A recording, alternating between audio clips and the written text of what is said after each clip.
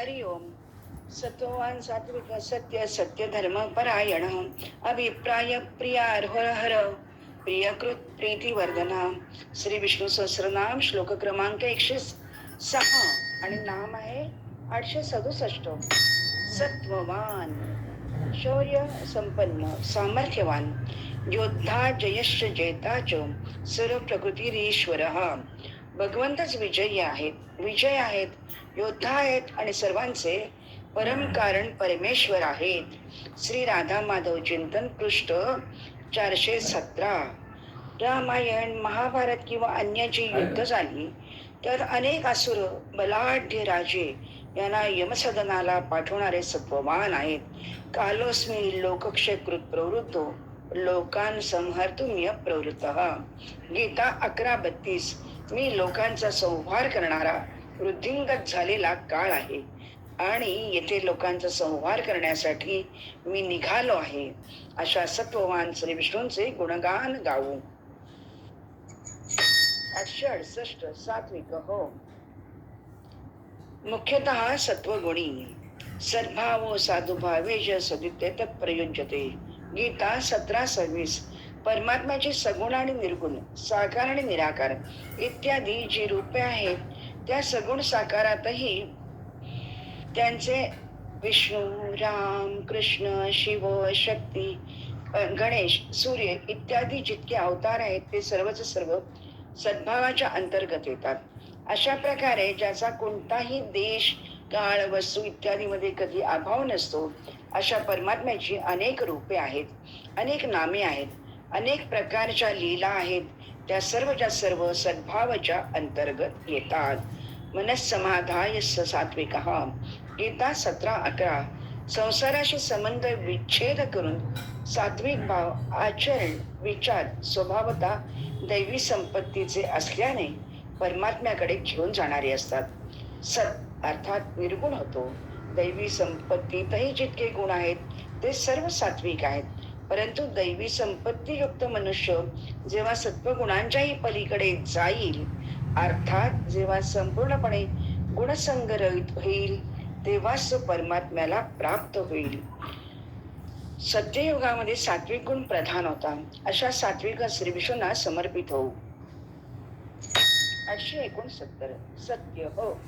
सज्जनांचा कल्याण करता त्राता धामना स्वेन सदा न्यस्त कुरकम सत्यम परम धीमहि. भागवत 1:1. मंगलाचरणाचा पहिला महत्वाचा श्लोक. स्वतःच्या तेजाने जो अनन्य भक्तांच्या मनातील मायेचा अंधार पूर्णपणे नाहीसा करतो त्या एकमेवाद्वितीय परमसत्य परमात्म्याचे माया निरसासाठी आम्ही ध्यान करतो. हे आदिभौतिक, आदिदैविक आणि आध्यात्मिक अशा तीनही तापांना मुळापासून नाहीसे करणारे असून परम कल्याण करणारे आहे. अनुद्वेगक्रम वाक्यम सत्यम प्रियहितम जयत स्वाध्यायाभ्यसनम चैव वाङ्मयं तपोच्यते. गीता 17:15. परित्राणाय साधूनां विनाशाय च दुष्कृतां धर्म संस्थापनार्थाय संभवामि युगे युगे. गीता 4:8. सत्यम सत्यम पुनः सत्यम हरेर्नाम केवलम. कैवल्याष्टकम 2. श्री विष्णूंच्या अशा सत्यला वंदन करते. 870. सत्य धर्म परायण हो. सत्य भाषण करणारा व धर्म तत्पर. सत्यम वद धर्मम चर. नेहमी सत्य योग्य बोलावे जे धर्मसम्मत धर्माला अनुसरून असेल. सत्यम शिवम सुंदरम. शास्त्रात आत्मा, परमात्मा, प्रेम आणि धर्म यांना सत्य मानले आहे. सत्याहून श्रेष्ठ काही नाहीच. सत्याचरणाने मन हलकं प्रसन्न होतं तर शरीर स्वस्थ आणि निरोगी राहते. सत्यामुळे मनाची, शरीराची कार्यक्षमता वाढते. सत्य म्हणजे सत आणि तत्, सर्वत्र सार्वकालिक सार्वभौम आहे. ईश्वर हेच सत्य आणि तो सर्वत्र व्यापून आहे. धर्माच्या करिता आम्हास जगती रामाने धाडियले ऐसे जाणून राम भक्ती करिता ऐश्वर्य हे लाभले. समर्थ रामदास. सनातन धर्माचे सत्य, तप, दया आणि दान हे 4 पाया आहेत. पाय म्हणजे पाया आहेत. सत्य, त्रेता, द्वापार आणि कली ही 4 युगे आहेत. अधो कृतयुगे वर्णो नृणाम हंस इति स्मृता कृतकृत्या प्रजा जात्या तस्मात् कृतयुगम विदुः. भागवत 11:17-10. सत्ययुगामध्ये सर्वांचा हंस नावाचा एकच वर्ण होता. त्यावेळी सर्वजण जन्मताच कृतकृत्य होते, म्हणूनच त्यांचं नाव कृतयुग असेही आहे. तपश्चर्या, पावित्र्य, दया आणि सत्य अशा 4 चरणांनी युक्त असा ओंकार प्रणव वेद होता. त्यावेळी निष्पाळपणे केवळ तप करणारे लोक शुद्ध अशा माझी उपासना करीत होते. अशा सत्यपरायण श्री विष्णूंची आपणही कास धरू. 871 अभिप्राय हो. भक्त ज्याची आशा करतात अभिलाषी. सुनो बायसतै सहज सयाने काहे न मागसी अस वरदाना. सब सुख खानी भगती तै मागी नहीं जय को तोही सम बडभागी. जो मुनी कोटि जतन नहीं लहरी लहही जे जप जोग अनल तन गहही. रिजेहू देखी तोरी चतुराई मागेहू भगती मोही अतिभाई. रामचरितमानस उत्तरकांड 85:1-3. भगवंत सर्व काही देतात, पण जो भक्त भगवत भक्ती मागतो त्याच्यावरच प्रसन्न होऊन त्याला भक्ती देतात. कारण भक्तीने भक्त आणि भगवंत दोघांनाही आनंदच मिळतो आणि म्हणून भक्ती मागणाऱ्या भक्तांचे भगवंत दास होतात. मैं तो हूँ भगत नको दास भगत मेरे मुकुटमणी. अशा अभिप्राय श्री विष्णूंना समर्पित होऊया. 872 प्रियारह प्रिय वस्तू अर्पण करण्यास योग्य, सर्वस्वाचे दान देण्यास लायक. कमी अधिक प्रमाणात मनुष्य काही दान देण्यास तयार असतो, पण मनुष्य आपले मन, अहम, ममता सहजासहजी देण्यास तयार नसतो. कारण मायेच्या पाशामध्ये तो इतका गुरफटलेला असतो. पण पापक्षय होताच भगवंताच्या अचिंत्य अहेतुकी कृपेचा उदय होतो, तेव्हा भगवंताचा अंश असलेला तो परमात्म्यात विलीन होण्यासाठी उत्सुक होतो. म्हणून संसार सागरातून जीवनाची नाव पार होण्यासाठी केवट रूपात किंवा साक्षात चित स्वरूप गुरुदेव प्रकट होतात. त्या क्षणी सर्व बंधने गळून पडतात. आनंद विशुद्ध ज्ञान प्राप्ती होते. भगवंत म्हणतात, संस्कार शून्य होऊन निरावरण होऊन मायेचा पडदा दूर करून माझ्याजवळ या. हा मायेचा पडदा मी तुमचा 1 मिनिटात फाडून टाकतो. हा पडदा परमात्मा आणि जीव यांच्यामध्ये आहे आणि तोच फाटला की तुमचं फक्त कल्याणच कल्याण आहे. म्हणून तुम्ही लवकर माझ्याजवळ या आणि तुमच्या सर्व इच्छा मी पूर्ण करेन. आत्म्याचे परमात्म्यामध्ये मिलन होईल. म्हणून जगताचा स्वामी पती असलेल्या भगवंतात विलीन होण्यासाठी, विरघळून जाण्यासाठी ऋषी, मुनी, साधक, तापसी जन्मोजन्मीच्या तपश्चर्येतून गोपी रूप धारण करून रास क्रीडेतून भगवंतात विलीन झाल्या. एकदा भगवंताने परीक्षा पाहण्यासाठी कपाळ शोळ होत असल्याचे नाटक केले. जो आपल्या पायाची धूळ माझ्या मस्तकी लावेल तेव्हा मला बरे वाटेल, पण त्यामुळे तो नरकात जाईल. पट्टराण्या कोणीच तयार होईनात. गोपिकांना हे कळताच त्यांनी आपल्या पायाची भरपूर धूळ दिली व आमच्या कन्हैयाला त्याने आराम पडत असेल तर आम्ही आनंदाने नरकात जायला तयार आहोत. गोपिका कन्हैयासाठी काही करायला तयार होत्या. हेच पुढे गोपीचंदन म्हणून लावण्याचा प्रघात पडला. अशा प्रियारह श्री विष्णूंसाठी लायक आपणही लायक होण्यास पात्र हो. अर्ह 873 तस्मान हा रावयम म्हणतो धात्र राष्ट्रान स्वबांधवान. गीता 1:17. अर्जुनाच्या बाबतीत मात्र त्याच्या विरुद्ध जे आक्रमक आततायी होते ते विशिष्ट प्रकारचे होते आणि ते म्हणजे त्याचे स्वतःचे पितामह, गुरुजन, पित्र, पुत्र, नातू, मित्र इत्यादी अर्ह, श्रेष्ठ, आदरणीय, पूजनीय होते. तात्पुरत्या सुखासाठी हत्या करणे योग्य नाही. सरतेशेवटी राज्य आणि त्यापासून प्राप्त होणारे सुख हे नित्य नाही. म्हणून स्वजनांचीच हत्या करून त्याने स्वतःची शाश्वत मुक्ती आणि स्वतःचे जीवन धोक्यात का घालावे. माधव श्रीकृष्ण हे भाग्य देवतेचे पती असल्यामुळे अर्जुनाला त्यांना हे दर्शवायचे होते की त्याने ज्यामुळे त्याच्यावर दुर्भाग्य कोसळेल अशी गोष्टी करण्यास त्याला प्रेरित करू नये.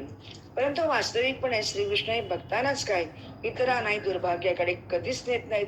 म्हणूनच ते अर्ह, अशा अर्ह विष्णूंना वंदन करते. 875 प्रीती वर्धन. प्रियकृत, भक्तांचे प्रिय करणारा. हितैषी तस्मान मनुष्येषु कश्चिन मे प्रियकृत्तमः. गीता 18:69. ज्याचा प्राकृत पदार्थ प्राप्त करण्याचा किंचित मात्र उद्देश नाही आणि जो भगवत प्राप्ती, भगवत दर्शन, भगवत प्रेम इत्यादी पारमार्थिक उद्दिष्ट ठेवून गीतेनुसारच आपले जीवन बनवू इच्छितो, तोच परमात्म्याच्या पराभक्तीच्या अंतर्गत येऊ शकतो. असा पुरुषच भगवद्गीतेच्या प्रचाराचा अधिकारी होतो. जर त्याच्यात कधी मानप्रतिष्ठा इत्यादीची इच्छा झाली तर तो टिकणार नाही, कारण मानप्रतिष्ठा प्राप्त करण्याचा त्याचा उद्देशच नाहीये. पत्रम पुष्पम फलम तोयम यो मे भक्त्या प्रयच्छति. गीता 9:26. अपिचे सुदुराचारो भजते माम अनन्यभाग. गीता 9:30. अनन्येनैव योगेन माम ध्यायन्त उपासते तेषामहं समुद्धर्ता मृत्यू संसार सागता. स्त्रियो वैशास्तथा शूद्रास्तेपि यान्ति परां गतिं. 9:32. कामात् द्वेषात् भयात् स्नेहात् यथा भक्तेश्वरे मनः. भागवत 7:1-29. ही एका युगाचे नाही तर सर्वच युगांमधील सारखी गोष्ट आहे. सत्संग अर्थात माझ्या संबंधाद्वाराच दैत्य, राक्षस, पशु, पक्षी, गंधर्व, अप्सरा, नाग, सिद्ध, चारण, गुह्यक आणि विद्याधरांना माझी प्राप्ती झाली आहे. मनुष्यात वैश्य, शूद्र, स्त्री आणि अंत्यजग इत्यादी रजोगुणी, तमोगुणी, प्रकृतीच्या पुष्कळ जीवानी माझे परमपद प्राप्त केले आहे. भक्तीनेच योगे देव निश्चयी पावती मानव. दासबोध. भक्त पराधीनो स्वतंत्र इव द्विजम. साधुभिर्ग्रस्त हृदयो भक्त जनप्रिया. भागवत 9:4-63. माझे भक्त गाती जेथे नारदा मी उभा तिथे. अशा प्रियकृत श्री विष्णूंचे गुणगान करताना कंठ दाटून येतो. 875 प्रीतिवर्धन. भक्तांचे प्रेम वाढविणारा. प्रेम म्हणजे रस निष्पत्ती, नवरस. नवविधा भक्तीने भगवंतांना जिंकता येते.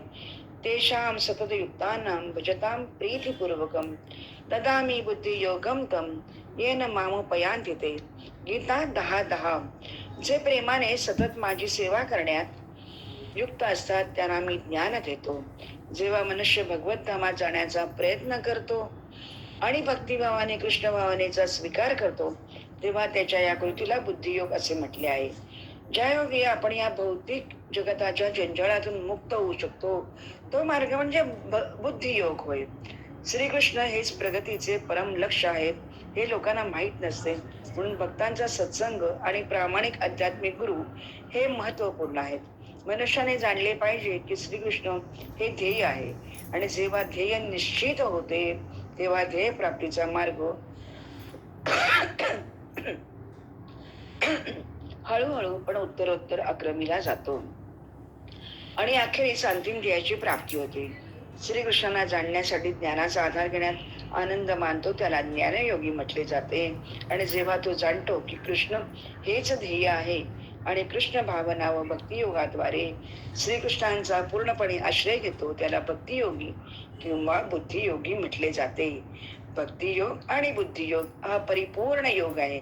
हा परिपूर्ण योग म्हणजे जीवनाची परमोच्च सिद्धावस्था होईल. आत्मसाक्षात्काराच्या मार्गावर प्रगती करण्याइतपत जर भक्त बुद्धिमान नसेल परंतु तो भक्तिभावित असेल, कर्म करण्यात प्रामाणिक आणि समर्पित असेल तर भगवंत त्या भक्ताला प्रगती करण्यास अखेरीस आपल्याला प्राप्त होण्याची संधी प्राप्त करून देतात. अशा प्रकारे त्यांची प्रेमवृद्धी करतात. आरती सप्रेम जय जय विठ्ठल परब्रह्म. भक्त संकटी पडता झेलून घेसी वरचे वरी. हो आरती सप्रेम जय जय विठ्ठल परब्रह्म. श्रीमद्भागवतम पुराणम अमलम यद वैष्णवानां प्रियम. 12, 13, 18. भगवंत आपल्या अवतार लिलानी अधिकारी साधकांना परम कल्याणमय प्रेम असा पंचम पुरुषार्थ देतातच, तसेच पापी दुराचारी लोकांना शासन देऊन त्यांच्यात भगवत प्रेम रुजवतात. अशा प्रीतिवर्धन श्री विष्णूंची कृपा प्राप्त करून घेऊ. अशा प्रकारे श्लोक क्रमांक 106 आणि नामे 875 संपन्न झाली. हरि ओम.